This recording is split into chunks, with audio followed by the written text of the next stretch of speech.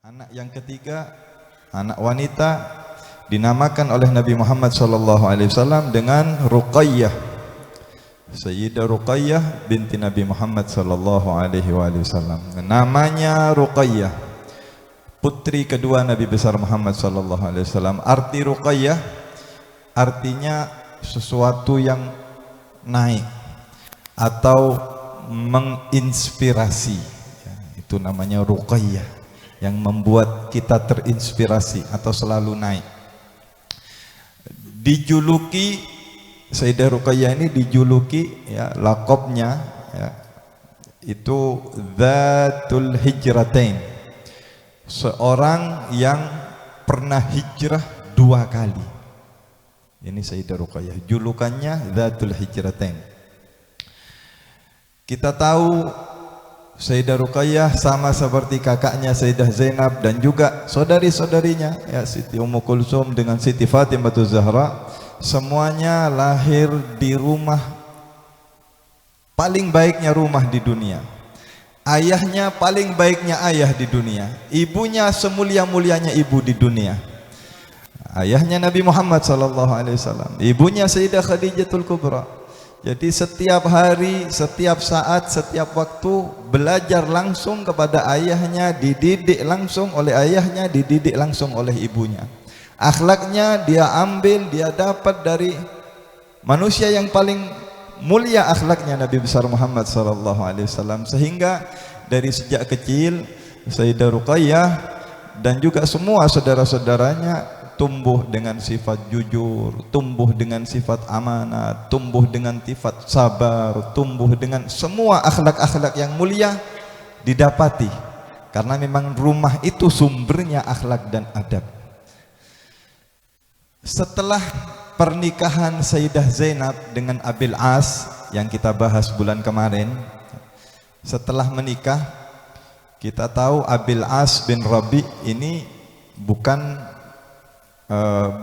dari keluarganya Nabi ya, bukan dari Bani Hashim, tapi dia dari keluarganya Sayyidah Khadijah ya, dari keluarganya Sayyidah Khadijah dari Bani Abdus Syams ya.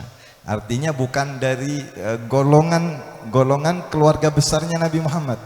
Setelah Sayyidah Zainab menikah ya, dengan Abil As, saya perlu kasih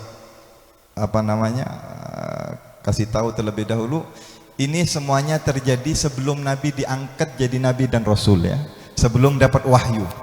Termasuk pernikahannya Sayyidah Ruqayyah dan juga Sayyidah Ummu Kulsum ini sebelum Nabi dapat wahyu. Jadi masih belum ada ujian, belum ada apa-apa ya. Makanya setelah menikah Sayyidah Zainab dengan Abil As, Nabi masih punya anak perempuan yang umurnya berdekatan. Ini sama ini Sayyidah Zainab, Sayyidah Ruqayyah, Sayyidah Ummu Kulsum. Ini umurnya hampir berdekatan, tidak terlalu jauh.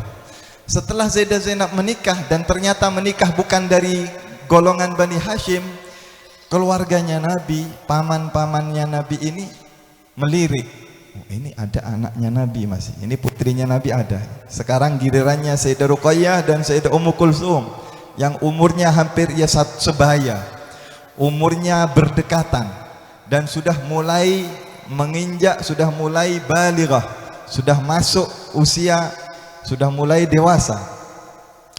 Setelah pernikahan Sayyidah Zainab, maka paman-pamannya Nabi ini berembuk, bagaimana anak-anaknya Nabi yang lain ini jangan sampai lepas lagi.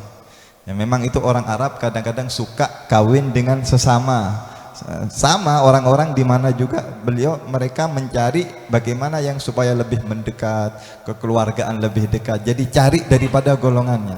Paman-pamannya Nabi ini berembuk, bagaimana anak-anaknya Nabi ini bisa dapat dari keluarganya sendiri, bisa dapat dari Bani Hashim. Akhirnya saat itu ya, ada pemuda-pemuda yang sudah siap menikah, di antaranya putranya Abdul Uzza bin Abdul Muttalib, atau yang lebih populer, lebih dikenal dengan Abu Lahab. Abu Lahab ini punya anak laki 2, namanya Utbah dan Utaibah. Sudah mulai dewasa dan sudah mulai ngincer pengen kawin. Akhirnya Abu Lahab ya, rembuk sama saudaranya Abu Talib.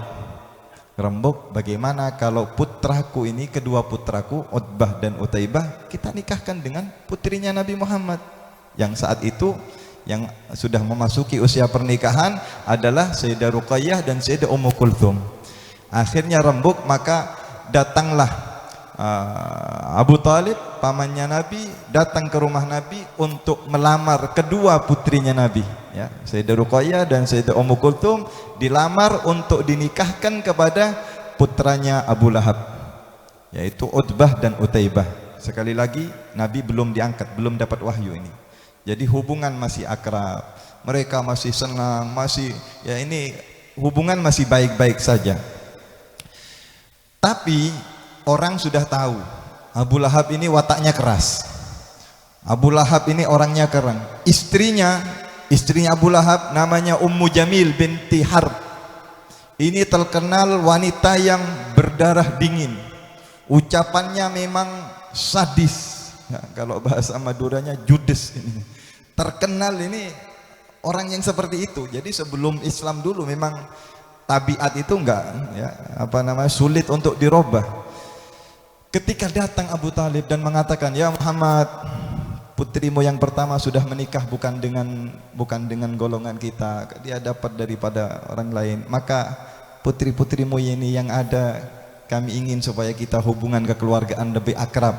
Aku datang ke sini melamar putrimu ya, pamanmu ya, Abdul Uzza yaitu Abu Lahab ingin meminang kedua putrimu untuk kedua putranya Utbah dan Utaibah." Maka Nabi pun menyambutnya dan Nabi meminta waktu. Kata Nabi, "Tunggu, beri kami waktu untuk kami berembuk, untuk kami kabarkan kepada keluarga, untuk kami tanya kepada putri-putri kami." Begitu. Artinya minta waktu. Nabi bukan langsung menjawab. Nah, memang seperti itu. Kalau kita didatangi orang untuk melamar, ya musyawarah ya. Musyawarah, jangan langsung ya polana pas seneng, polana no, oh iyalah langsung diterima. Ada perlu diajak rembuk. Nabi meminta waktu untuk berembuk. Nabi masuk, Nabi berembuk dengan Sayyidah Khadijah, minta waktu beberapa hari. Ini yang menjadi pikiran Nabi, ini bagaimana ini? Mau besanan tapi besannya kurang cocok ini. Besannya terkenal ya, itu judes ya, dari yang perempuannya. Abu Lahab juga terkenal orang yang keren, orang yang macam-macam sudah. Sayyidah Khadijah mikir, tapi ini kalau ditolak jadi masalah lagi. Ini pamannya Nabi ini, Abu Lahab ini pamannya Nabi ya. Jadi yang ngelamar itu sepupunya Nabi, Utbah dan Utaibah ini sepupunya Nabi, melamar anaknya Nabi. Kalau ditolak mereka nggak mungkin diem, akan merongrong, akan jadi problem lain. Diterima, kasihan anak kita ini, perempuan ini, kasihan Sayyidah Ruqayyah sama Ummu Kulthum mau pindah, mau pergi ke rumah, akan kumpul dengan orang seperti itu. Tapi Nabi pasrah kepada Allah Subhanahu wa taala. Nabi menyerahkan semua urusannya, tawakal kepada Allah Subhanahu wa taala ya. Setelah merembuk, setelah ditanya dan setelah berfikir-fikir, akhirnya terjadilah pernikahannya. Sayyidah Ruqayyah menikah dengan Utbah binti bin Abu Lahab dan Sayyidah Ummu Kulthum, sekaligus dua ini dilamar ya. Sekaligus dilamar dua-duanya. Kemudian Sayyidah Ummu Kulthum menikah dengan Utaibah bin Abu Lahab. Kita akan bahas malam hari ini Sayyidah Ruqayyahnya. Setelah menikah tidak lama ya, Nabi itu banyak khalwat, banyak ke Gua Hira menyendiri.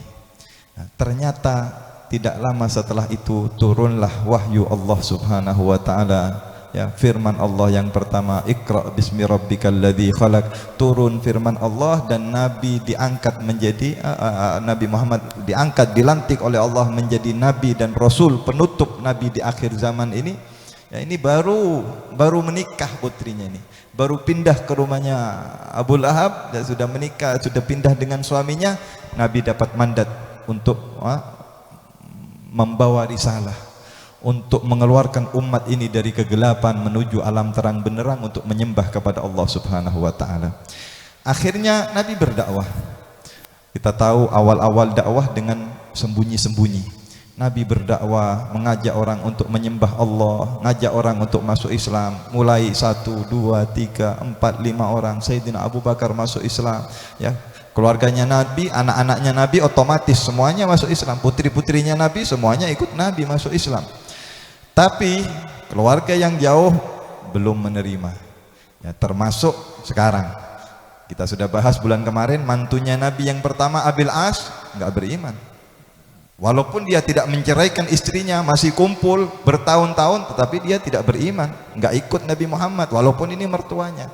Sekarang Utbah dan Utaibah ini sama juga, nggak beriman. Bahkan bukan Utbah dan Utaibah, besannya Nabi, pamannya Nabi, Abu Lahab dan Ummu Jamil, itu orang yang terkenal paling menentang dakwahnya Nabi Muhammad SAW, ya.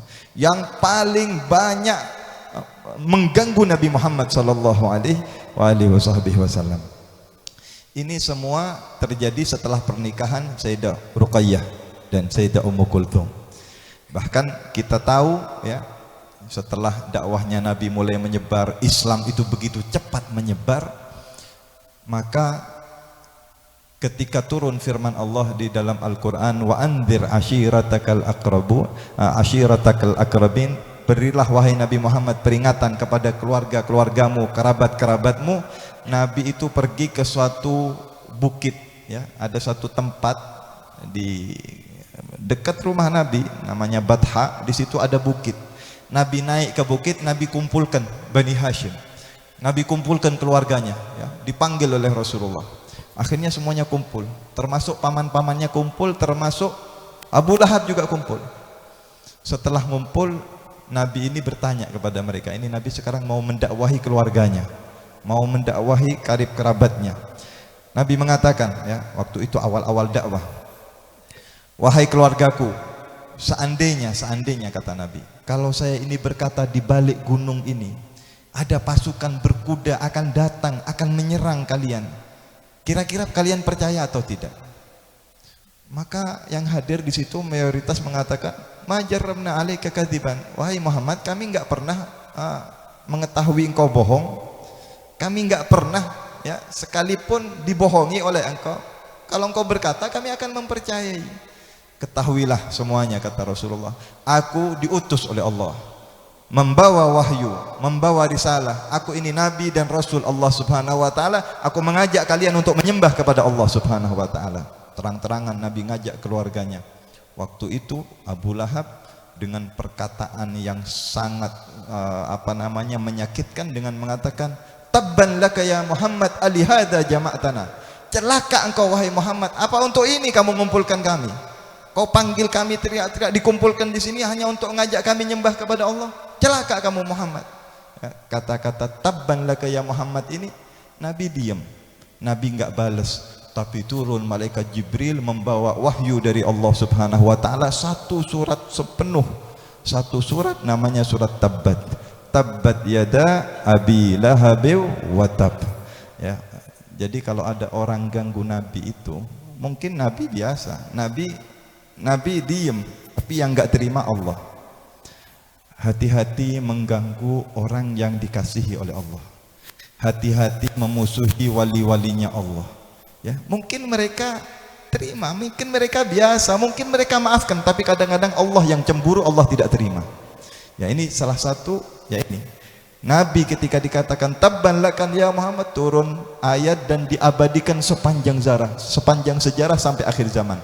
Tabbat yada abi lahabi wa tab, ma aghna anhu maluhu wa ma kasab, sayasla naran dzata lahab, wa imra'atuhu hammalatal hatab. Istrinya juga disebut, wa imra'atuhu hammalatal hatab, istrinya Abu Lahab yang hammalatal hatab. Ini hammalatal hatab banyak tafsirnya, ya. Istrinya Abu Lahab itu Ummu Jamil, ya, dikatakan hammalatul hatab, maksudnya itu sering menyebarkan fitnah. Fitnah itu diperumpamakan dengan kayu, ya, kayu itu kalau dibakar tambah membara apinya. Begitu fitnah. Fitnah itu kalau sudah lepas itu kadang-kadang membara begitu. Nah, itu hammalatul hatab. Ada juga yang mengatakan hammalatul hatab ini Ummu Jamil ini sering naruh duri di jalannya Nabi. Nabi itu kalau jalan dia sering lempar duri di sana, ingin mencelakakan Nabi. Makanya sampai diabadikan di dalam Al-Qur'an, wa mra'atuhu hammalatal hatab fi jidha hablum mim masad. Ya, di lehernya itu ada rantai yang terbuat dari api. Artinya Abu Lahab dan Ummu Jamil ini sudah dicap ya untuk mereka itu celaka dan tidak beriman, dan akan menjadi penghuni nerakanya Allah Subhanahu wa taala. Naudzubillah min dzalik. Saat itu mereka ini besanan dengan Nabi loh.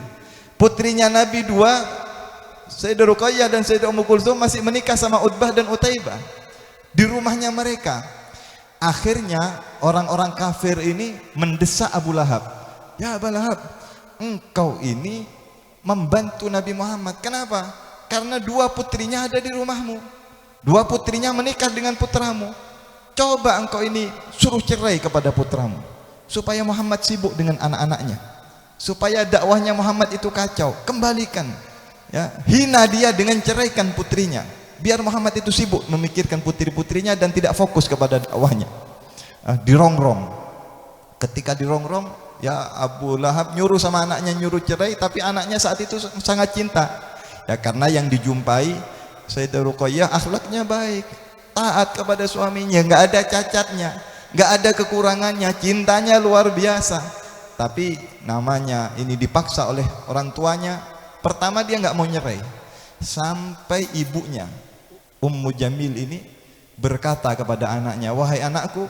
Dia pergi di siang hari panas-panas keluar, ya dia buka kerudungnya dan bersumpah, hei anakku, kata Ummu Jamil ini, kata ibunya Utbah sama Utaibah, aku janji tidak akan berteduh dari panas matahari, tidak akan membasahi rambutku ini, aku tidak akan mandi, dan aku tidak akan makan, dan aku tidak akan minum sebelum kalian menceraikan kedua putrinya Muhammad.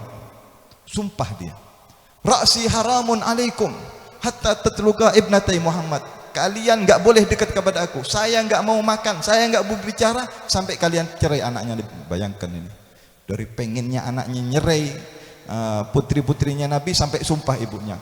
Dibujuk sama Utbah, wah ibu batalkan sumpahmu. Ternyata ibunya betul-betul berjemur di panas matahari, gak makan, gak minum, minta anaknya supaya nyeraikan putrinya Nabi. Maksudnya ingin menghinakan Nabi, ingin menyibukkan Nabi ya, dengan kalau dicerai begitu kan. Akhirnya dipaksa ibunya ini ternyata betul-betul memenuhi sumpahnya dan betul-betul nggak makan betul. Akhirnya namanya anak bingung juga ya, lihat ibu seperti ini, ayah seperti ini, sama-sama keras. Singkat cerita, dicerailah Sayyidah Ruqayyah dan Ummu Kulthum dan dikembalikan ke rumahnya Nabi besar Muhammad sallallahu alaihi wasallam. Tentu hal ini sebuah hal yang menyedihkan ya. Bayangkan ini Sayyidah Ruqayyah sama Sayyidah Ummu Kulthum umurnya saat itu ya kurang lebih 10-11 tahun, masih kecil. Kita bayangkan kalau kita punya putri seumur itu, baru menikah, baru bahagia lalu diceraikan. Gimana sedihnya? Bukan cuma 1-2 orang sekaligus dicerai. Sedih Nabi, tetapi kesedihan Nabi tidak berlarut-larut. Nabi itu sedih, tetapi Nabi itu tawakal kepada Allah Subhanahu wa taala. Akhirnya orang-orang mulai berbicara, ngomong ya. Di saat itu ketika ini kabar menyebar, orang-orang bicara, putrinya Muhammad dicerai dua-duanya sama anaknya Abu Lahab ya. Mereka ingin menyibukkan Nabi dengan anaknya. Ternyata ada seorang pemuda yang luar biasa, yang kaya raya, bangsawan, mendengar kabar ini. Namanya Utsman bin Affan. Sayyidina Utsman waktu itu masih muda, belum kawin. Dengar orang ini ngomongin dua putrinya Nabi Muhammad dicerai, Sayyidina Utsman terlintas, kenapa saya enggak ngelamarnya? Kenapa saya enggak meminangnya? Sayyidina Utsman kaya raya ya. Akhirnya dia bangkit ketika mendengar ini fitnah, dengar orang banyak ngomong, dia bangkit, dia jalan. Di pertengahan jalan pulang, Sayyidina Utsman ini ketemu dengan bibinya, namanya Saudah binti Quraisy. Bibinya ini langsung senyum dan mengatakan, hei Utsman, akan ada kabar gembira untuk engkau. Terimalah kabar gembira tersebut. Apa? Engkau akan segera menikah, kau akan dapat wanita yang suci, engkau akan menjadi orang yang mulia, bahkan engkau akan terkenang di sampai akhir zaman berkat engkau menikah dengan wanita tersebut. Lanjutkan, maju, kata bibinya. Sayyidina Utsman saat itu sudah terlintas ingin melamar Sayyidah Ruqayyah. Akhirnya Sayyidina Utsman memberanikan diri datang kepada Nabi Muhammad SAW dan melamar Sayyidah Ruqayyah, dan ternyata lamarannya diterima dan dinikahkan oleh Nabi Muhammad SAW. Sayyidah Ruqayyah dengan tidak lama dari perceraian itu menikahlah Sayyidah Ruqayyah dengan Sayyidina Utsman bin Affan. Ternyata pernikahan ini heboh kembali. Orang kafir yang ingin menghinakan Nabi justru sebaliknya. Nabi sekarang bahagia, punya mantu orang muslim, orang mukmin, punya mantu bangsawan, orang kaya raya lagi. Bahagia Nabi. Sayyidah Khadijah bahagia, ya Allah senangnya. Kemarin kepikiran si Ruqayyah ada di rumahnya Abu Lahab, kumpul sama Ummu Jamil, ditekan setiap hari, susah setiap hari, kumpul sama mertua yang seperti itu. Sekarang Allah kasih jalan keluar, Allah kasih kebahagiaan. Nah, makanya kalau kita kadang-kadang ada sesuatu yang menyedihkan, jangan berlarut-larut. Kadang-kadang hal yang tidak enak, musibah itu, tetapi di belakangnya Allah akan berikan, ya, tahun depan, tahun berikutnya Allah akan berikan hal yang lebih indah, yang lebih manis daripada hal ini. Pelajaran daripada Nabi tawakal selalu, ya. Ternyata pernikahan itu bikin heboh, bikin sakit hatinya orang-orang kafir, ya. Ini dicerai, dipisah supaya Nabi nggak fokus dengan dakwahnya, tapi sekarang malah dapat angin segar, dapat Sayyidina Utsman. Nabi dapat mantu orang yang kaya raya yang akan mendukung dakwahnya. Setelah menikah dengan Sayyidina Utsman bin Affan radhiyallahu taala anhu wa anhuma, orang kafir semakin mengganggu, semakin luar biasa menggoda kepada Nabi Muhammad SAW. Bagaimana lanjutan pernikahannya Sayyidina Utsman dengan Sayyidah Ruqayyah? Jangan lewatkan di majlis yang di bulan yang akan datang. Panjang umur, sehat walafiat.